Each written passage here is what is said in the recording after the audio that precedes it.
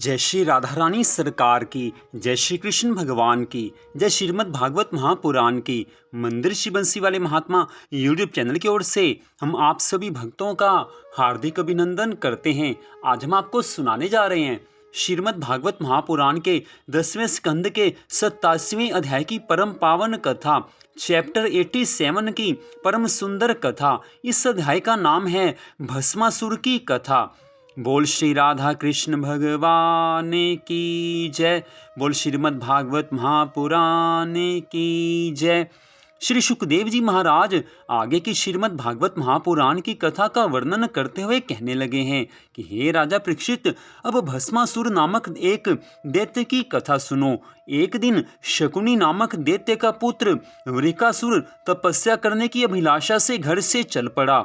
मार्ग में ही उसे देवऋषि नारद जी मिल गए हैं। तब वह नारद जी से कहने लगा है कि हे भगवान, यह बतलाइए कि मैं ब्रह्मा, विष्णु और महेश इन तीनों में से किस देवता का तप करूं, किसे अपनी तपस्या से प्रसन्न करूं, जिससे मुझे शीघ्र वरदान मिल जाए। तब देवऋषि नारद जी ने कहा है कि हे वृकासुर, इन तीनों देवताओं में भगवान शिव जी शीघ्र वरदान देते हैं। उन्होंने ही सहस्त्रार्जुन को 1000 भुजाएं दी थी, इसलिए तुम शीघ्र वरदान प्राप्त करना चाहते हो तो भगवान शिव जी के लिए तपस्या करो। इतनी बात कहकर जब देवऋषि नारद जी चले गए तो वृकासुर ने बद्रिकाश्रम में पहुंचकर भगवान शिव जी की तपस्या करनी आरंभ की है।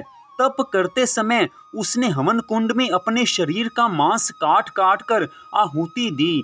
जब 7 दिन में सारा शरीर का मांस हवन कर दिया और 8वें दिन अपना मस्तक काटने लगा, उस समय भगवान शिवजी ने प्रकट होकर उसका हाथ पकड़ लिया और अपने कमंडलों में से जल छिड़क कर उसे दिव्य देह प्रदान कर दी है। उसका दिव्य शरीर बन गया है। तदुपरांत भगवान शिव शंकर भोलेनाथ कहने लगे हैं कि हे वृकासुर, मैं तेरी तपस्या से बहुत प्रसन्न हूँ, अतः तू जो चाहे सो वरदान मांग ले। भगवान शिव के इन वचनों को सुनकर वृकासुर ने कहा कि हे भोलेनाथ प्रभु, हे शिव शंकर भोलेनाथ, आप मुझे ऐसा वरदान प्रदान करें कि मैं जिसके सिर पर हाथ रख दूं वो वहीं पर भस्म हो जाए।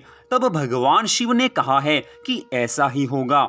जब वृकासुर वरदान प्राप्त कर चुका तब उसने माता पार्वती जी को परम सुंदरी देखकर अपने मन में विचार किया है कि सबसे पहले मैं शिव जी के ही मस्तक पर हाथ रखकर पार्वती जी को अपने घर ले जाऊं। यह विचार कर जब वह शिव जी की तरफ आगे बढ़ा तब भगवान शिव जी वहां से भाग गए। उस समय जब ब्रह्मा आदि कोई भी देवता उनकी सहायता नहीं कर पाए, तब भगवान शिव जी ने भगवान श्री कृष्ण जी की शरण में जाकर ये कहा है कि हे भगवान, मैंने यह संकट अपने आप पाया है, अब आप कृपा करके किसी भी प्रकार से मेरे प्राण बचाइए। तब भगवान श्री कृष्ण जी कहने लगे हैं कि हे महादेव जी, आप चिंता मत कीजिए। ये कहकर भगवान श्री कृष्ण जी ने ब्राह्मण का वेश रखकर मृग छाला हाथ में ले भस्मासुर अर्थात वृकासुर के सामने जाकर उससे ये पूछा है कि हे दैत्यराज, तुम ऐसे घबराए हुए कहाँ दौड़े जा रहे हो। जब उसने अपने मन का हाल सुनाया